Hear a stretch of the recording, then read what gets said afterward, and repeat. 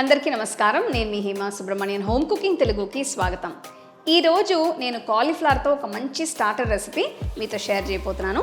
ఇది cauliflower in sweet chilli sauce. ఇది చాలా రుచిగా చాలా డిఫరెంట్గా ఉంటుంది. సో రండి ఈ స్టార్టర్ రెసిపీ ఎలా చేయాలో చూద్దాం. ఈ రెసిపీ కోసం ముందుగా కాలీఫ్లవర్ని చిన్న ముక్కలుగా కట్ చేసి ఉడికించాలి.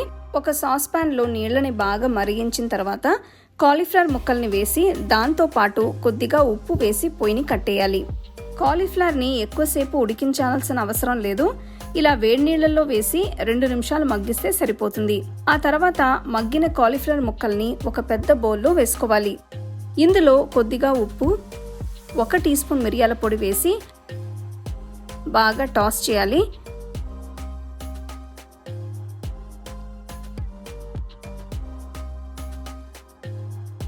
నెక్స్ట్ ఇందులో 2 టేబుల్ స్పూన్ల కార్న్ఫ్లవర్, 3-4 టీ స్పూన్ల మైదా పిండిని వేసి మళ్ళీ అంతా ఒక్కసారి టాస్ చేయాలి. ఈ పిండితో కాలీఫ్లవర్ ముక్కల్ని బాగా కోట్ అయ్యేట్టు చూసుకోవాలి. ఇప్పుడు కొద్దిగా నీళ్లు పోసి మళ్ళీ కలుపుతున్నాను. ఇందులో ఎక్కువ నీళ్లు పోయాల్సిన అవసరం లేదు. పిండి మిశ్రమం కొద్దిగా గట్టిగా అవడం కోసం లైట్గా పోస్తే సరిపోతుంది.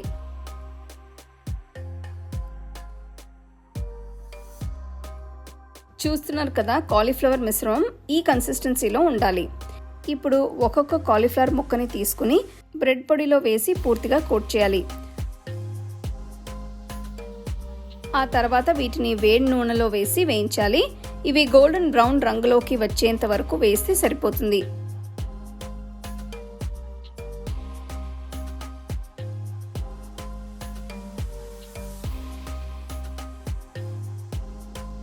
ఇలా వీటన్నిటిని వేయించి ఒక బౌల్లో వేసి పక్కన పెట్టుకోవాలి. ఇప్పుడు ఒక ప్యాన్లో 2 టీ స్పూన్ల నూనె వేసి అందులో తరిగిన వెల్లుల్లి, తరిగిన ఒక అల్లం ముక్క, చిన్నగా తరిగిన 2 పచ్చిమిరపకాయలు వేసి బాగా వేయించాలి.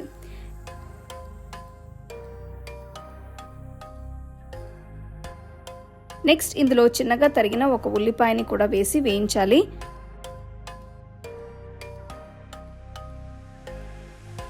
ఉల్లిపాయలు లైట్గా వేగిన తర్వాత నేను 1/2 teaspoon soya sauce, 1 cup sweet chilli sauce వేసి కలుపుతున్నాను.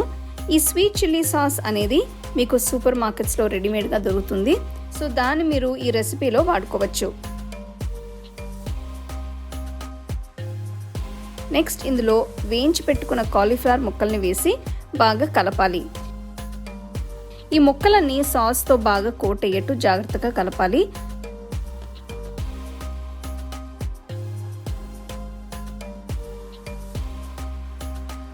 చివరగా వీటిపైన 1 టీ స్పూన్ అంత తెల్ల నువ్వులు వేసి అంతా ఒక్కసారి కలపాలి.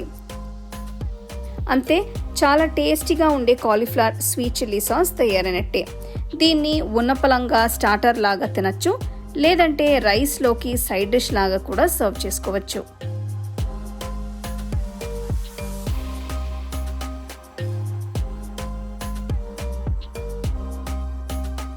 చూసారు కదా, ఈ కాలీఫ్లవర్ స్టార్టర్ స్నాక్ రెసిపీ ఎంత ఈజీగా ఎంత బాగుందో.